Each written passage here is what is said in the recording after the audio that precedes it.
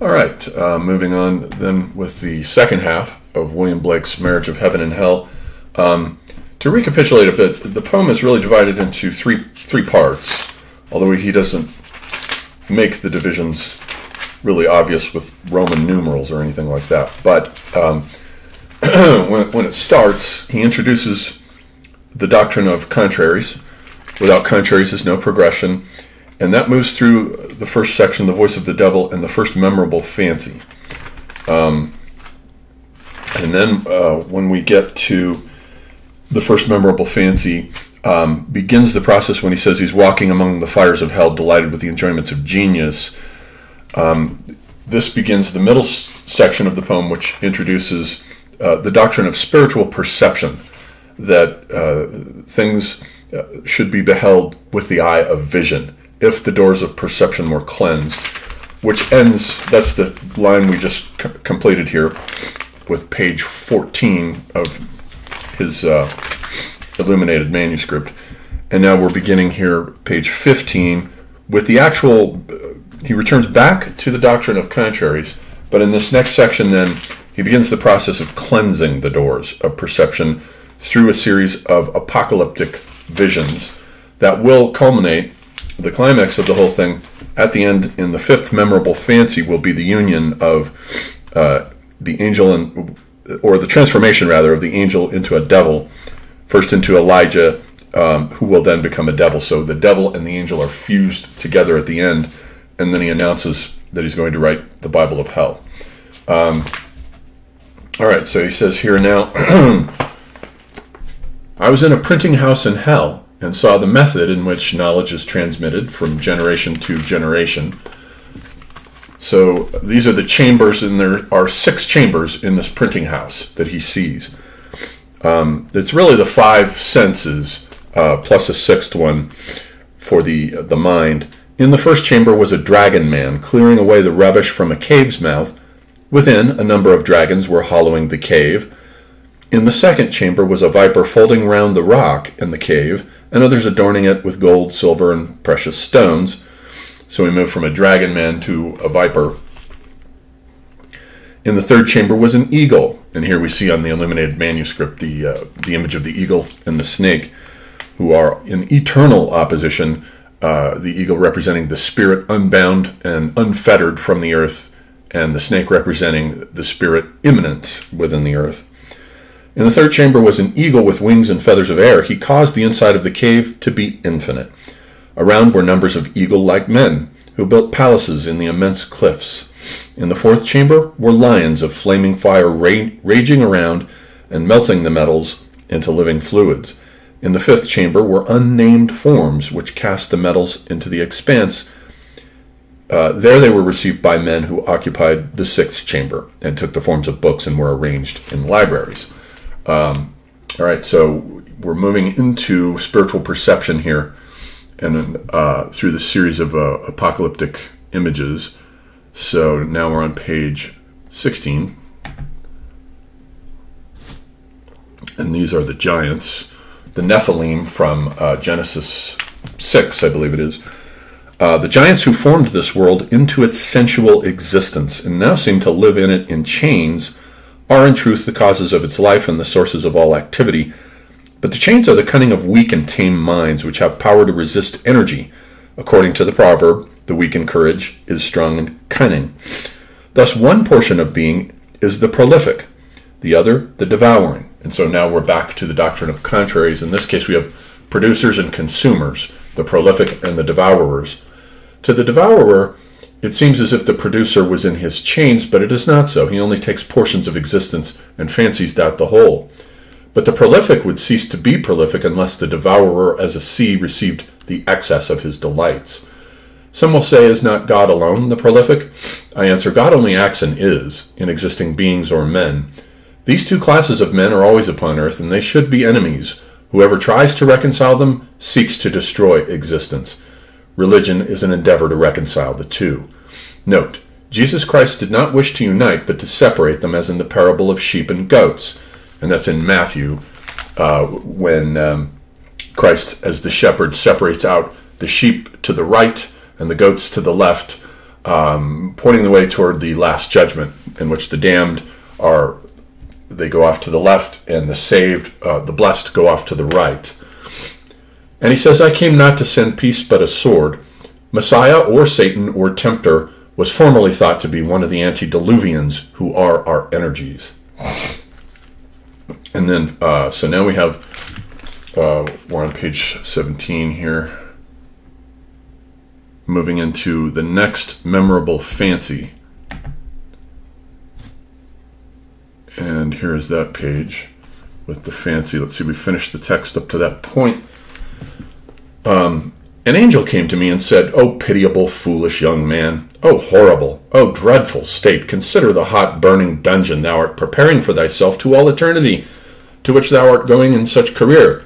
This is the angel representing the traditional opposition between heaven equaling good, hell equaling bad, and the path that Blake is on here, or the persona that he's inhabiting, the angel is warning him is going to lead to bad things. But Blake is not interested in that point of view. He's transubstantiating the tradition of Christianity into a doctrine of experiencing the world as a sort of vibrational resonance of the spiritual. He says, I said, perhaps you will be willing to show me my eternal lot, and we will contemplate together upon it and see whether your lot or mine is most desirable, as he says with some irony. So he took me through a stable and through a church and down into the church vault, at the end of which was a mill. Through the mill we went and came to a cave.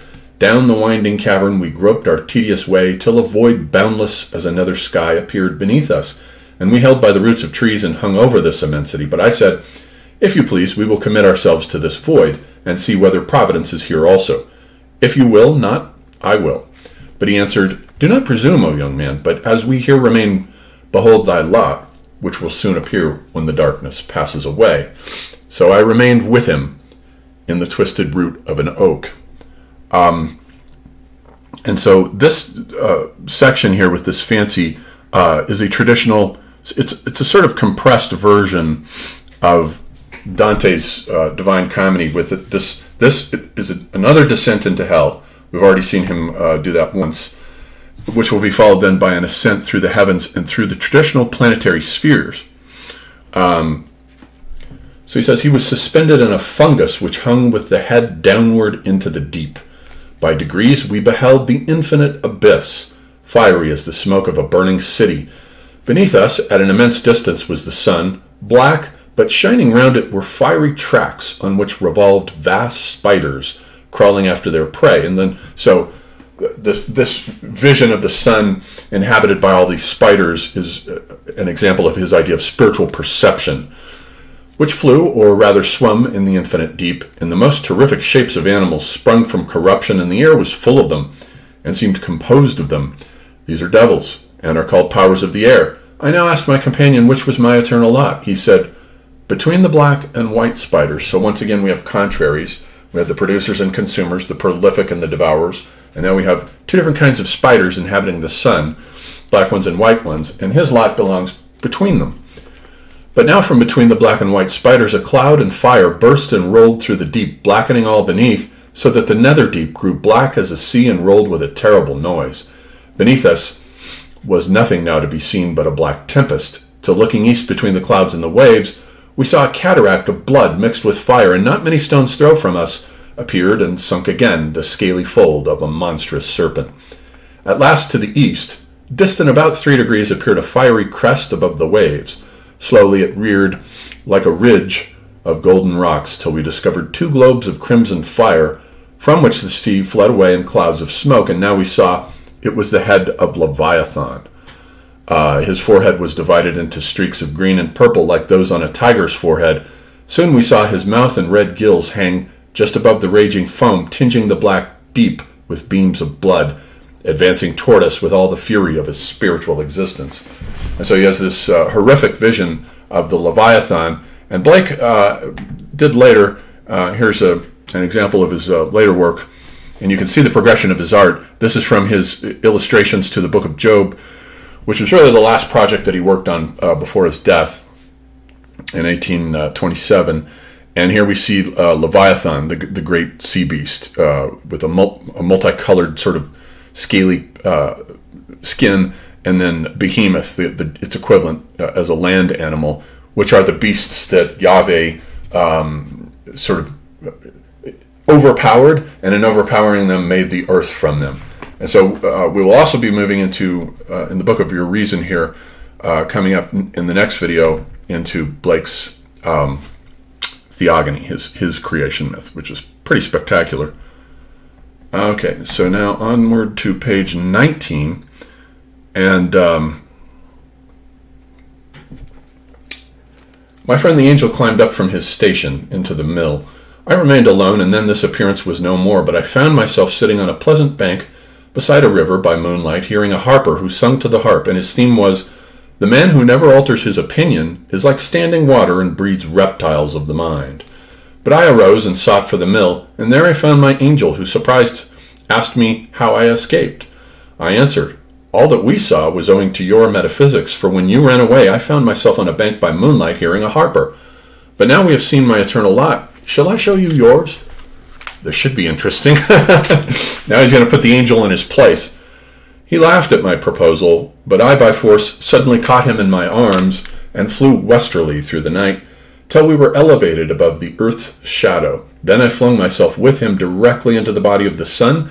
Here I clothed myself in white, and taking in my hand Swedenborg's volumes, sunk from the glorious climb, and passed all the planets till we came to Saturn. Here I stayed to rest, and then leaped into the void, between Saturn and the fixed stars. And so this is Blake evoking the classical cosmology, the Ptolemaic cosmology, in which is what Dante ascends through, the spheres that surround the earth in the Paradiso, starting with the moon, and then you would ascend in visionary transflight through the moon, the sphere of Mercury, the sphere of Venus, the sphere of Mars, the sphere of Jupiter, the sphere of Saturn, and then beyond that is the sphere of the fixed stars, which includes the zodiac. And that's where Blake, the persona here, has ascended. "Here," said I, "is your lot in this space, if space it may be called." Soon we saw the stable and the church, and I took him to the altar and opened the Bible, and lo, it was a deep pit, into which I descended, driving the angel before me. It's a pretty spectacular image. He opens up a Bible, and it's like an abyss that he just falls right through and shoves the angel in front of him. He's leading the angel here, not the other way around, as was the case with Dante, with Virgil as his sort of angelic guide. Soon we saw 7 houses of brick. One we entered. And then we're on the next page, moving up to page 20. There are 27 pages total. And so one we entered, and in it were a number of monkeys, baboons, and all of that species chained by the middle, grinning and snatching at one another, but withheld by the shortness of their chains. However, I saw that they sometimes grew numerous, and then the weak were caught by the strong, and with a grinning aspect, first coupled with and then devoured, by plucking off first one limb and then another, till the body was left a helpless trunk. This, after grinning and kissing it with seeming fondness, they devoured too. And so these monkeys are eating each other. A rather grisly image. And here and there I saw one savorily picking the flesh off of his own tail. As the stench terribly annoyed us both, we went into the mill, and I in my hand brought the skeleton of a body, which in the mill was Aristotle's Analytics. So he brings the skeleton of a dead monkey inside this mill, and it transforms into Aristotle's Analytics, which is a text that is foundational for logic, for the entire history of logic, which is perhaps matched and rivaled and responded to only by Immanuel Kant with his Critique of Pure Reason. So the angel said, "Thy fantasy has imposed upon me, and thou oughtst to be ashamed." I answered, "We impose on one another, and it is but lost time to converse with you, whose works are only analytics." And so at the bottom here, though in this engraving you cannot see the words that say opposition is true friendship. So opposition is the primary thing here. Contraries. I have always found that angels have the vanity to speak of themselves as the only wise. This they do with a confident insolence sprouting from systematic reasoning. So basically the Blake persona here is telling the angel to go fuck himself. Thus, Swedenborg boasts that what he writes is new, though it is only the contents or index of already published books. A man carried a monkey about for a show, and because he was a little wiser than the monkey, grew vain, and conceived himself as much wiser than 7 men. This is his parody of Swedenborg. It is so with Swedenborg. He shows the folly of churches and exposes hypocrites till he imagines that all are religious, and himself the single one on earth that ever broke a net. Putting Swedenborg in his place as well. The problem with Swedenborg, as far as Blake is concerned, being that he maintains the difference engine of absolute oppositions between heaven equals good, hell equals bad. The delights of the senses are cupidity, carnality, and are to be regarded as sinful. Not for Blake. He says, now hear a plain fact. Swedenborg has not written one new truth. Now hear another. He has written all the old falsehoods. And now hear the reason. He conversed with angels who are all religious, and conversed not with devils who all hate religion, for he was incapable through his conceited notions.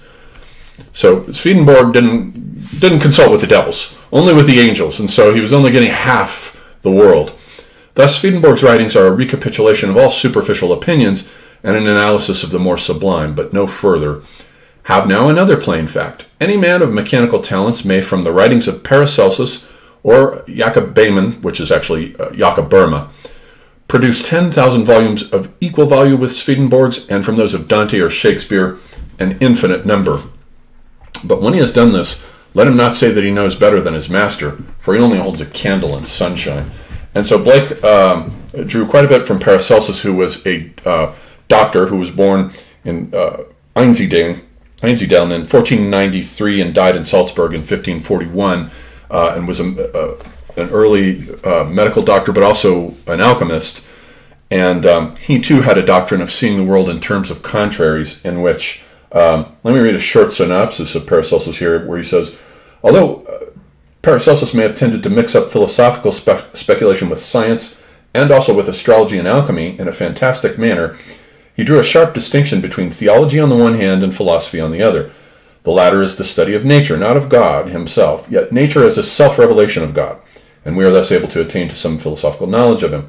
Nature was originally present in God in the great mystery or divine abyss, and the process by which the world is built up is one of differentiation, that is, of the production of oppositions. We come to know only in terms of oppositions. For example, we come to know joy in its opposition to sorrow, health in its opposition to sickness. Similarly, we come to know good only in opposition to evil, and God only in opposition to Satan. So that's Paracelsus briefly, and then Jacob Burma is born a century later in Germany, 1575, and he wrote a bunch of works but didn't publish much in his lifetime.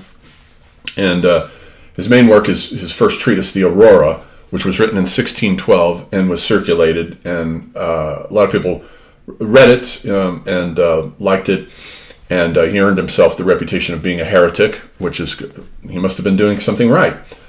And so here's another synopsis. God considered in himself is beyond all differentiations and distinctions. He is the ungrundt, the original ground of all things. He is neither light nor darkness, neither love nor wrath, but the eternal one, an incomprehensible will which is neither evil nor good. But if God is conceived as the ungrundt, or abyss, the nothing and the all, the problem arises of explaining the emergence of multiplicity of distinct existent things. And so with Burma, we have the idea of the transcendence of opposites, with God being the ungrundt, the ultimate ground of being. Blake is not saying that, though. He's not trying to get to that particular philosophical space that the Hindus get at, let's say also with Advaita Vedanta, the non-dualist idea.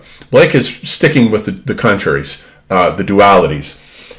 And then so for Burma, the world emerges, the deity emerges through 3 transformations, each of which, of course, corresponds to the Father, the Son, and the Holy Spirit, which reminds me very much of Schelling's Ages of the World and the creation myth that he gives there. And then in the book of Urizen, which we'll get to next, we'll see how Blake handles his version of the creation myth of the deity Urizen, who gradually creates the world and himself through a series of distinctions, measurements, oppositions, and so forth. Okay, so, all right, we are up to A memorable fancy, the next one here. Page 23, it looks like. Or 22. Yeah, 22.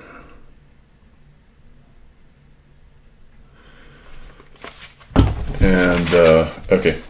Oops. We want the memorable fancy here at the bottom. Once I saw a devil in a flame of fire, who arose before an angel that sat on a cloud, and the devil uttered these words. And now this is his concluding vision. This is the marriage of heaven and hell, of the angel and the devil. The worship of God is honoring his gifts in other men, each according to his genius, and loving the greatest men best. Those who envy or calumniate great men hate God, for there is no other God. And now page 23.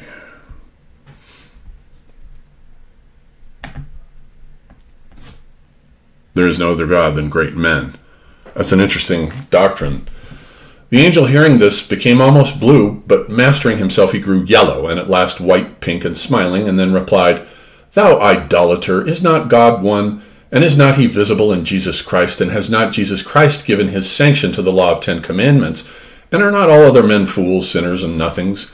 The devil answered, "Bray a fool in a mortar with wheat, yet shall not his folly be beaten out of him. If Jesus Christ is the greatest man, you ought to love him in the greatest degree. Now hear how he has given his sanction to the law of 10 commandments. Did he not mock at the Sabbath, and so mock the Sabbath's God? Murder those who were murdered because of him? Turn away the law from the woman taken in adultery?" So Christ himself has broken the commandments as well, as the devil points out. They are not absolute. Turn away the law from the woman, steal the labor of others to support him, bear false witness when he omitted making a defense before Pilate, covet when he prayed for his disciples, and when he bid them shake off the dust of their feet against such as refused to lodge them. I tell you, no virtue can exist without breaking these 10 commandments. Jesus was all virtue and acted from impulse, not from rules. Okay, and then we're up to 24 here. Last few pages. And then finally, the point. When he had so spoken, I beheld the angel who stretched out his arms, embracing the flame of fire, and he was consumed and arose as Elijah. Note, this angel, who has now become a devil, is my particular friend. We often read the Bible together in its infernal or diabolical sense, which the world shall have if they behave well. I have also the Bible of hell, which the world shall have whether they will or no. So he's announcing that he's going to proceed to write the Bible of hell, to which this work is basically the prologue in it, and especially this epilogue here, a song of liberty. And he says, one law for the lion and ox is oppression. And then he's got an image down here of Nebuchadnezzar, who had a 7-year, who was the ruler of Babylon, the one who conquered Judah and deported the Jews. And he had a fit of madness for 7 years, where he was reduced to crawling around and eating grass with the oxen. And then so finally we have the epilogue, which is the Song of Liberation, which is the prefiguring of his Bible of hell that begins with the Book of Urizen, a Song of Liberty. So, point 1, the eternal female groaned, it was heard over all the earth. Now the eternal female then will turn up as Enid Harmon, the mythological character of Enid Harmon, who is the protagonist of the prophetic book Europe. Europe, a Prophecy, which is the sequel to America, a Prophecy. Those are the two texts that he writes next, in which Orc is the protagonist, the spirit of rebellion, American rebellion of the 13 colonies against the British.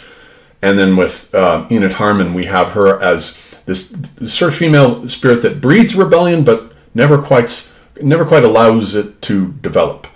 And then that is followed by the Song of Laws, LOS, which is Saul spelled backwards, in which he covers the continents of Africa and also of Asia. So all 4 of the continents are covered. Traditionally, it was thought there were only the 3 continents of Africa, Europe, and Asia. Then when America was discovered, we added the 4th continent to it. So Blake in those 3 works, those 3 prophetic works, America, Europe, and the Song of Laws, covers all 4 continents, and then begins to spin out these mythological characters in which in this Song of Liberty, it's pregnant with them. 2, Albion's coast is sick, silent. The American meadows faint. So he's already thinking about writing his epic about America, in which George Washington is one of the main rebellious characters. 3, shadows of prophecy shiver along by the lakes and the rivers and mutter across the ocean. France, rend down thy dungeon. 4, golden Spain burst the barriers of old Rome. 5, cast thy keys, O Rome, into the deep downfalling, even to eternity downfalling. 6, and weep. He sort of adds in for good measure, just, and weep. 7, in her trembling hands she took the newborn terror, howling, and that will be Orc, the spirit of rebellion, whose mother is Enid Harmon. 8, on those infinite mountains of light now barred out by the Atlantic Sea, the newborn fire stood before the starry king, and the starry king will turn out to be Urizen, who's the sort of Saturnian figure at the head of his mythological pantheon. 9, flagged with grey-browed snows and thunderous visages, the jealous wings waved over the deep. 10, the speary hand burned aloft. Unbuckled was the shield, forth went the hand of jealousy among the flaming hair, and hurled the newborn wonder through the starry night. Down to 26. Last 2 pages.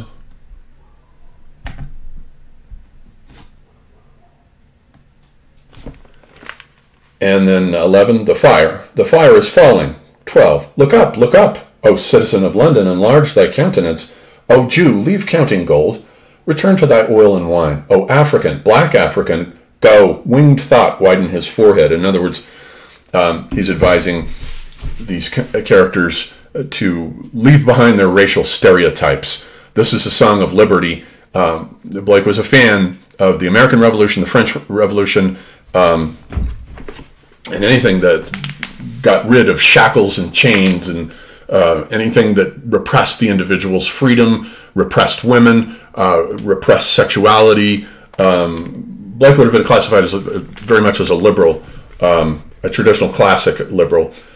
13, the fiery limbs, the flaming hair shot like the sinking sun into the western sea. 14, waked from his eternal sleep, the hoary element roaring fled away.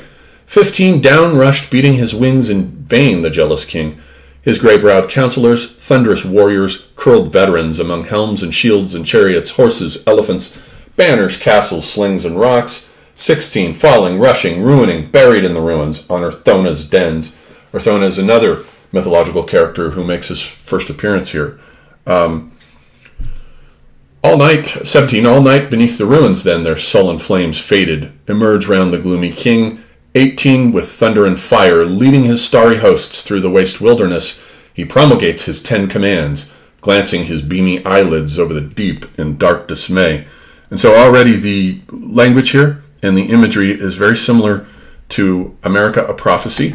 And those of you who have seen Blade Runner will recall that the screenwriter there quotes from America when he has Rutger Hauer say the line, "Fiery the angels fell, deep thunder rode around their shores, burning with the fires of Orc." And so the screenwriter, however, has changed the word fall there, because Blake's text says, and he's referring to the 13 original states, "Fiery the angels rose." And so the screenwriter changes it to resonate with the fall of Satan in the War in Heaven, thus comparing the Rutger Hauer character with a kind of Satan figure. And then 18, with thunder and fire leading his starry hosts through the waste wilderness, he promulgates his 10 commands, glancing his beamy eyelids over the deep and dark dismay. 19, where the son of fire in his eastern cloud, while the morning plumes her golden breast. 20, spurning the clouds written with curses, stamps the stony law to dust, loosing the eternal horses from the dens of night, crying, "Empire is no more, and now the lion and wolf shall cease."